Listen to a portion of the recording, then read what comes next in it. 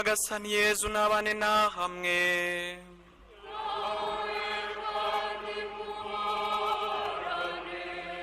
Amagambo yo mu ivanjiri ntagatifu uko yanditswe na Luka.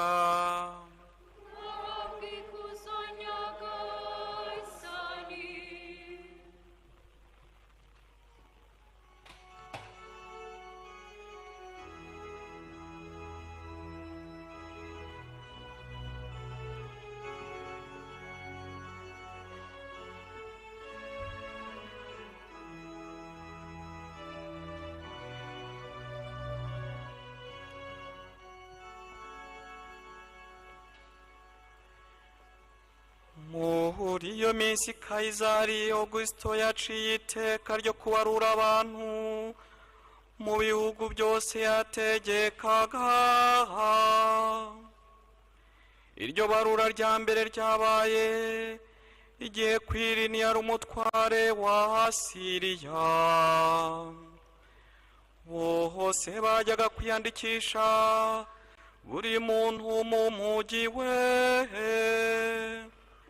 Yosefu nawe ava mu mujyi wa Nazareti ho mu Galileya ajya mu mujyi wa Dawudi witwa Betelehemu yo muri Yudeya, kuko yari uwo mu muryango wa Dawudi, agira ngo abarwe we n'umugore we Mariya wari utwite.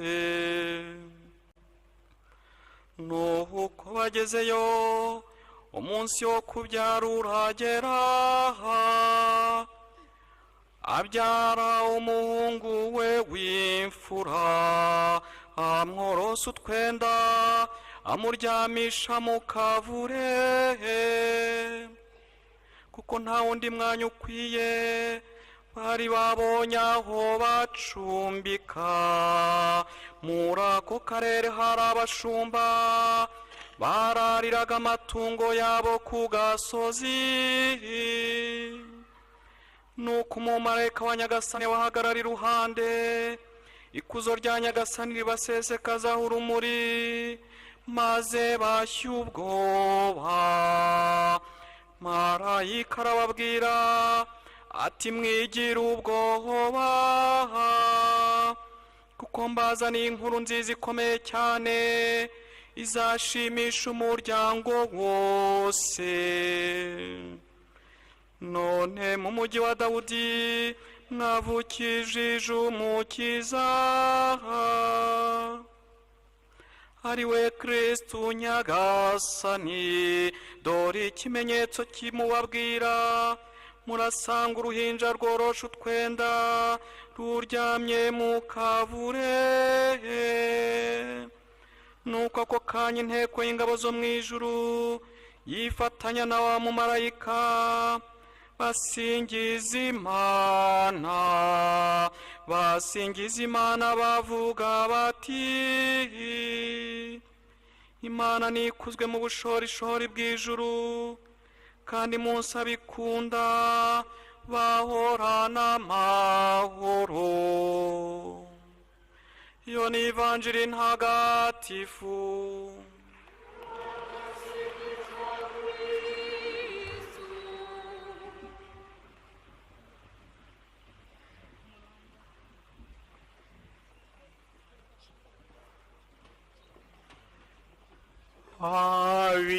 Ab'ijuru baririmba bakuza umwana w'Imana, baje gukiriza rubanda nimucyo n'umunsi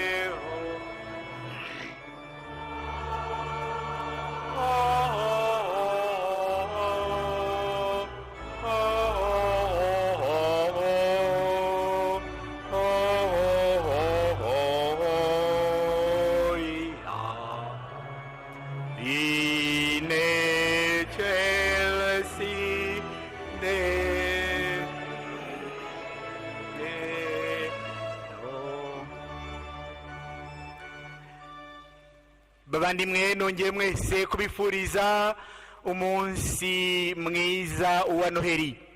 Kristo yigize umuntu, atuzaniye umukiro we iteka ryose.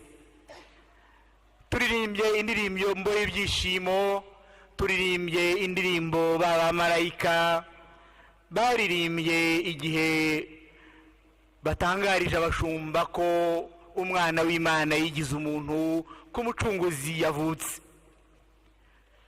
Noheli tuyifata nk'ibyishimo buri gihe, twishime tunezerwe. Ariko rero Noheli ntabwo ari ibyishimo gusa,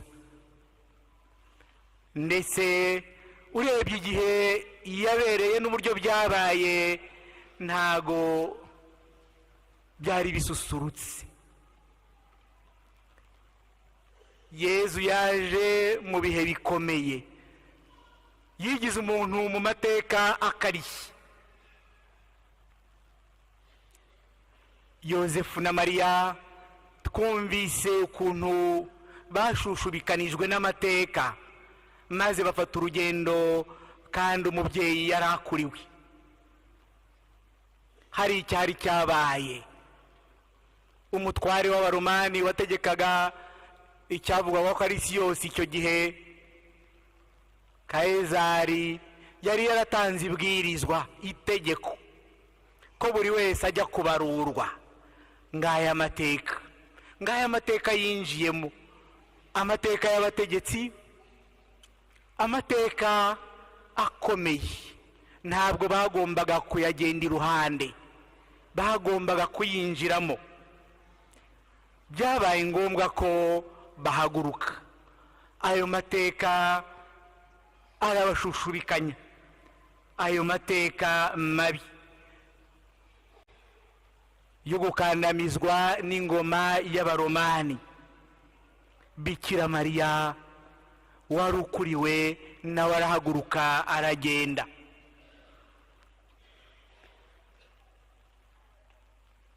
Yakabaye yarifuje kubyarira iwe i Nazareti, mu bavandimwe, mu nshuti. Bakamutindira ikiriri, bakamucanira, bakamuririmbira, bakamubyinirira akaya ndirimbo ya rugamba ngo tuje kuvuza impundu uwera we z'umwana mwiza wibarutse. Ariko rero amateka ntiyamukundiye, yaramushushubikanije. Agenda atazi aho azacumbika, agenda atazi aho azabyarira. Imana yinjira mu mateka yacu, ntabwo yahindura ngo yagira andi. Natwe tugomba kuyakira tukayinjiramo.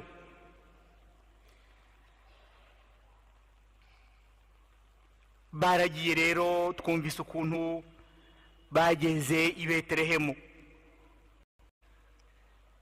Muri ayo mateka babuze icumbi. Muri ayo mateka yose y'abatware b'Abaromani n'abandi bose bari babungirije, ntabwo ari Imana yari iyoboye. Ikiganza n'imbaraga z'Imana ntibyagaragaraga, ahubwo abagaragaraga nabo banyamaboko bategeka byose bigakorwa, ndetse n'ushatse kubigumuraho bakamwivuna bidasanzwe. Imana ntabwo yagaragaraga muri ayo mateka yose. Yewe nuba hari nuko tuzirikana icyo gihe ukuntu byari bimeze, abayoboraga n'ibyo bavugaga. N'ubu nuko dusa naho atari Imana ituyoboye, atari natwe twiyoboye. Tuyobowe n'ikoranabuhanga, tuyobowe na televiziyo na telefoni. ibivuzwe nibyo dufata nk'ukuri, nk'ivanjiri, nk'agakiza. natwe tumenye kwinjira mu mateka nk'ayo ngayo, tureke Imana iyamurikire maze tuyabemo turi kumwe n'Imana. Muri Noheli rero si Imana ibivugwa, ahubwo ni ibidushitura, ni ibidushika nka rwa rushiko rw'Abanyarwanda, akaba ari byo bituyobora. Ibyo si ibishya mbabwiye, ni bya bindi bisakuza bikaduhagurutsa tukagenda tubisanga.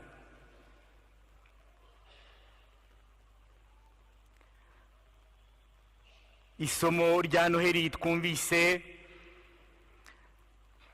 Kristo yagiye ku murongo nk'abandi, yinjira mu mateka nk'abandi bucece. Ntabwo bagiye hirya y'amateka. Yosefu na Mariya ntabwo bumvaga ko bafite umwihariko, ngaha batwaye umwana w'Imana. Baremeye nabo bajya ku murongo nk'abandi, barakurikira kugeza ubwo babuze icumbi. Natwe nawe uri mu mateka, amateka wenda ashaririye, amateka aguteye ingorane, amateka utagira aho uhungira,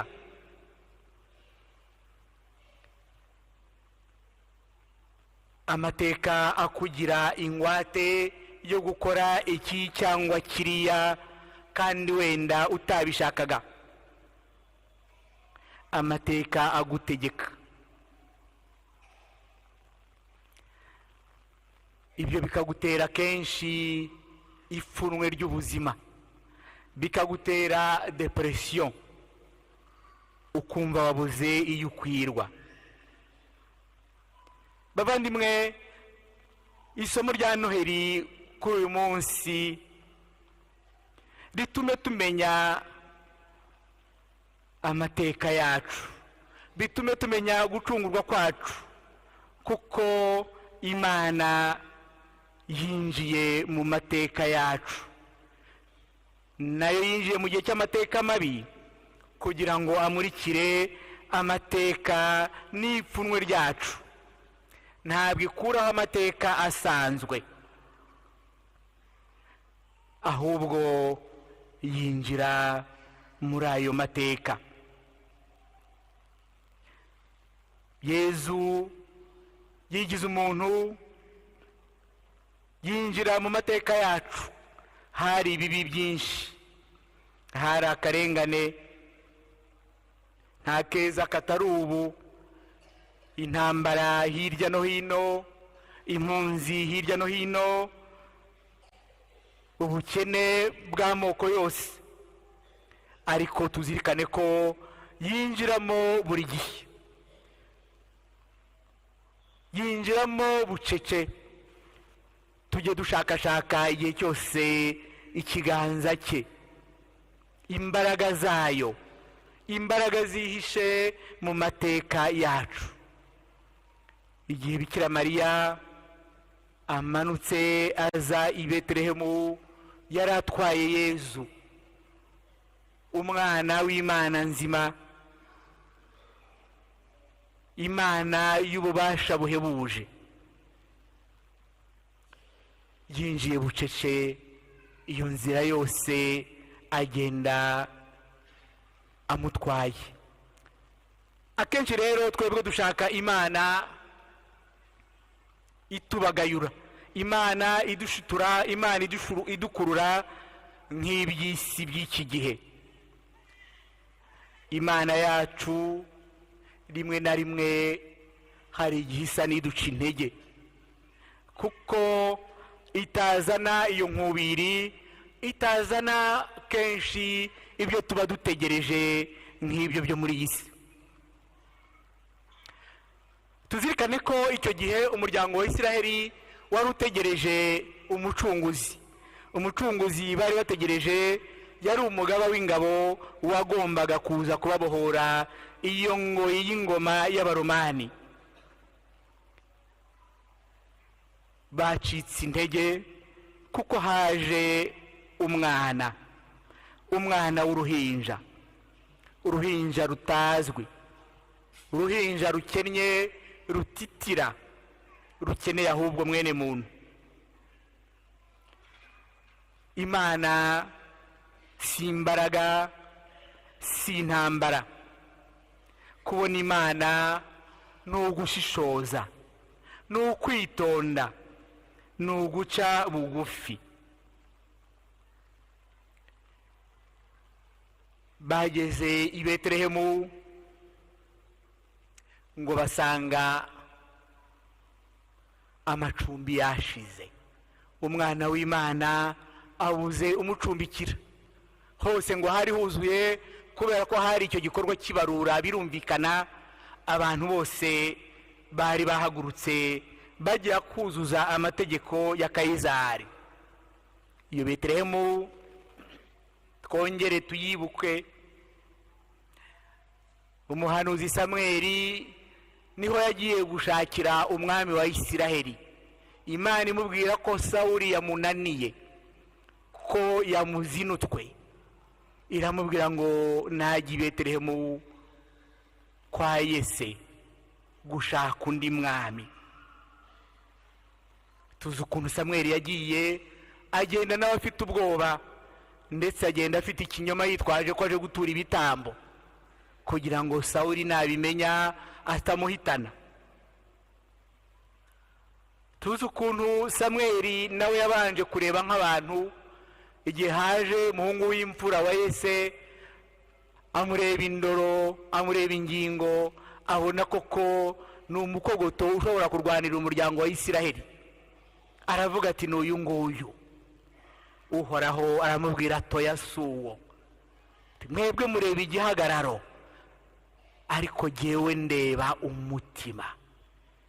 Imbaraga z'Imana, ubuntu bwayo, agaciro iduha ni umutima wacu.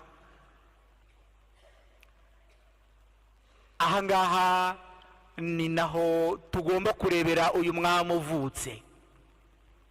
Twebwe abantu tureba igihagararo, tureba ibigaragara, atari ko jyewe ndeba ibigaragara.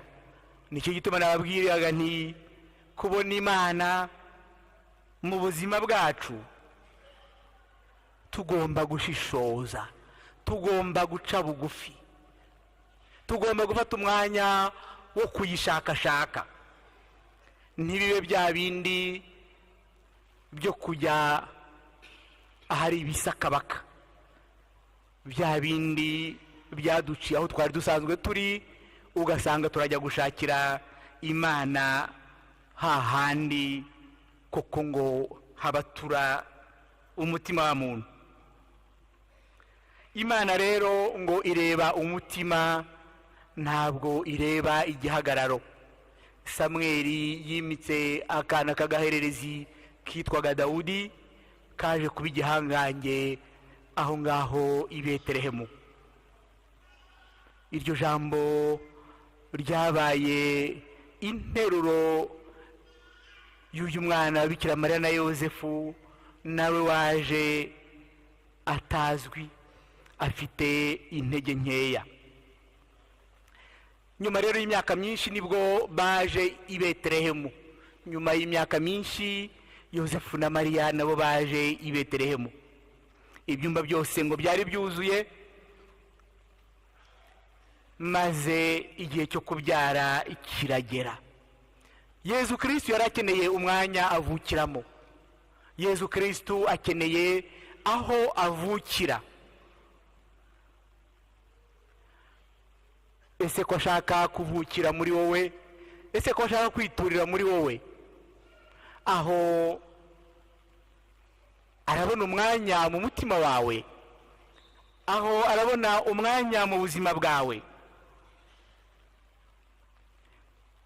Ahari aho wenda twuzuye iby'iyi si, twuzuye imishinga, twuzuye ubwoba bw'ubuzima, twuzuye ubwoba bw'abaturanyi, twuzuye ubwoba bw'abanzi n'abarozi, twuzuye ibibazo by'ejo hazaza, twuzuye kumva ko tugomba kwirinda umuvandimwe tukirinda umuturanyi, twuzuye byinshi. Ariko we arashaka aho avukira.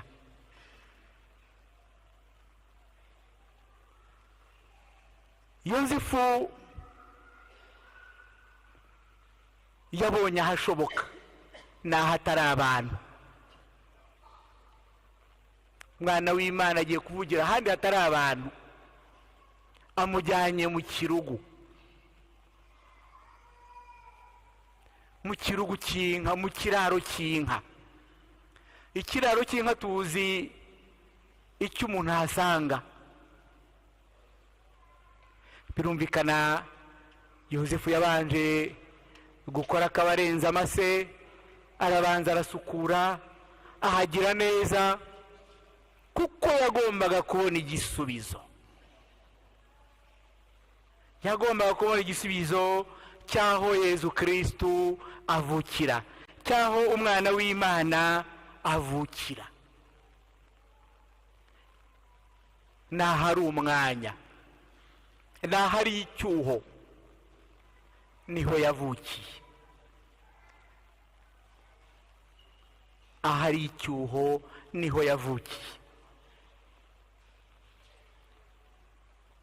Yozefu imbere y'ibibazo bikomeye ntabwo yijujuse, n'ayo mateka agikomeza. Imbere y'izo ngorane zose ntabwo yahindukiranye Imana ngo ayibaze ati ibyo unkoreye ni ibiki, ngo yumve ko imuhemukiye, ngo ayigaye, ati uru rusyo unyurubitseho ni bwoko ki. Ahubwo yashatse igisubizo. Bavandimwe, ngayo ya mateka yacu, amateka dushushubikanya, amateka afite ibibazo byinshi, tugomba gushaka igisubizo. Yozefu ntiyicaye ngo yumve ko arenganijwe, ahubwo muri ibyo bibazo niho Nyagasani yatyarije ubwenge bwe.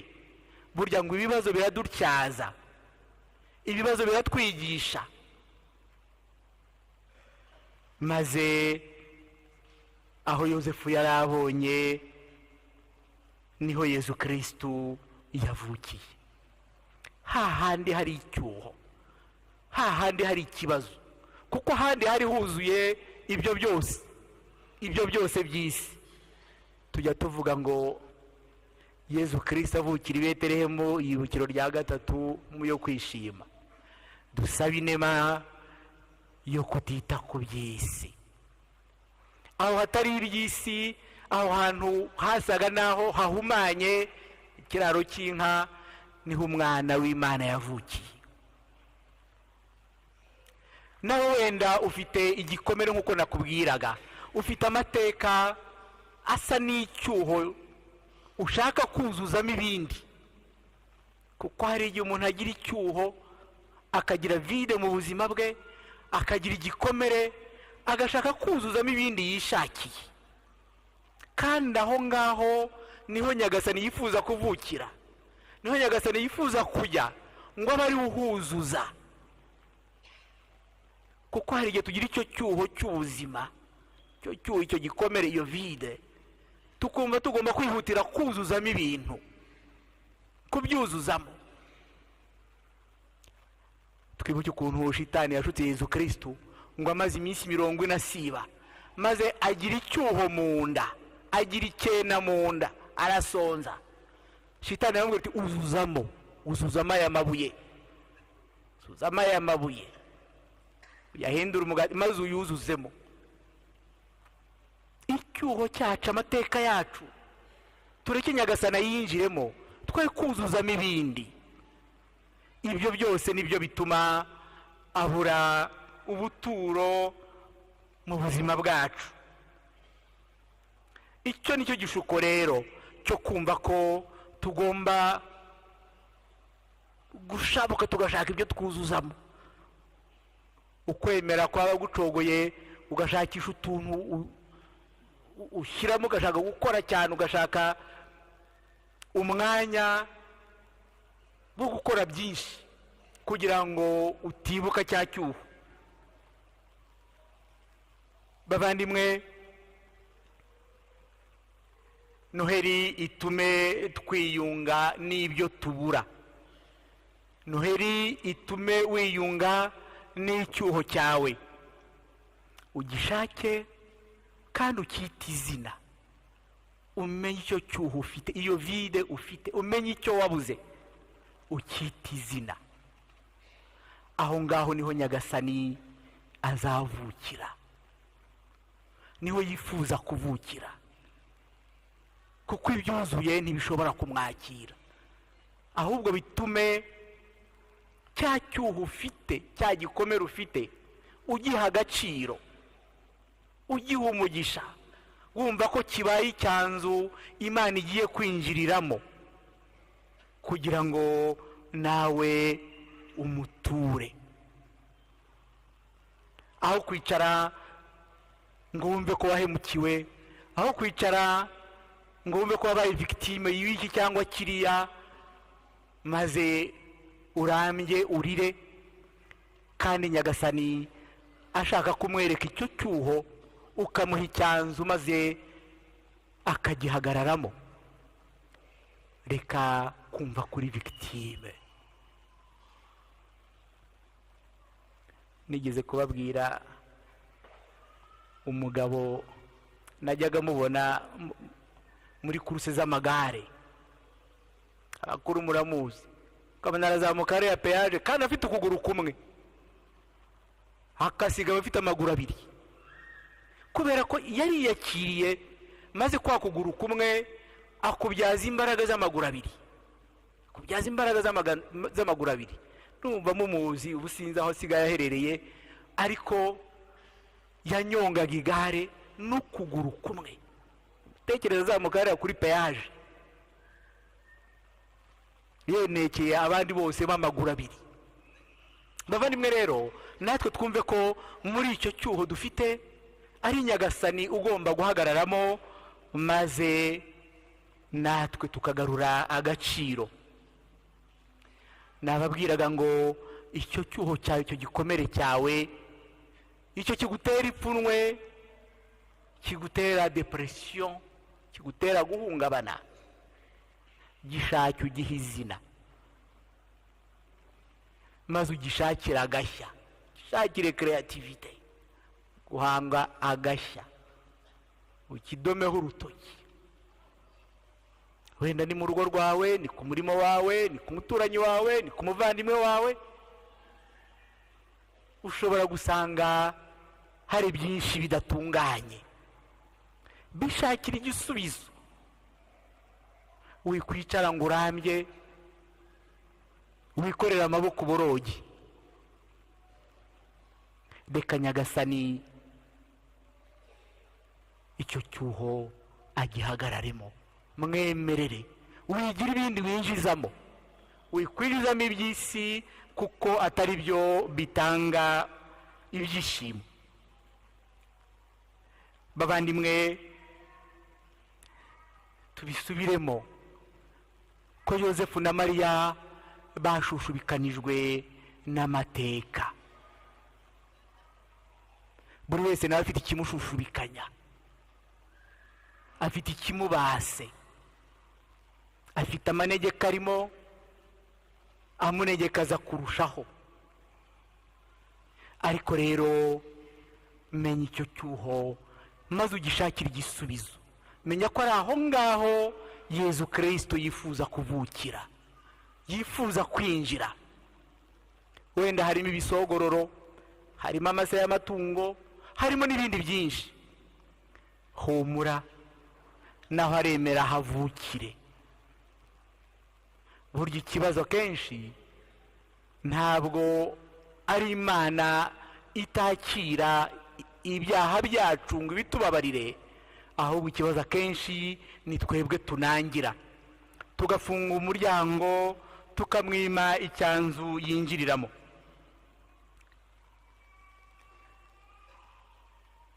tumusabe rero uyu munsi kugira ngo natwe tumuhe icyanzu, tumuhe aho avukira, maze natwe aduhe urumuri rwe, aduhe ubuzima bwe, amateka yacu ayamurikire, nayo abengerane. Niyo yari yijimye ari icuraburindi azayamurikira, kandi tuzahora turirimba ibyishimo by'uko yaducunguye. Nyagasani Yezu nabane namwe.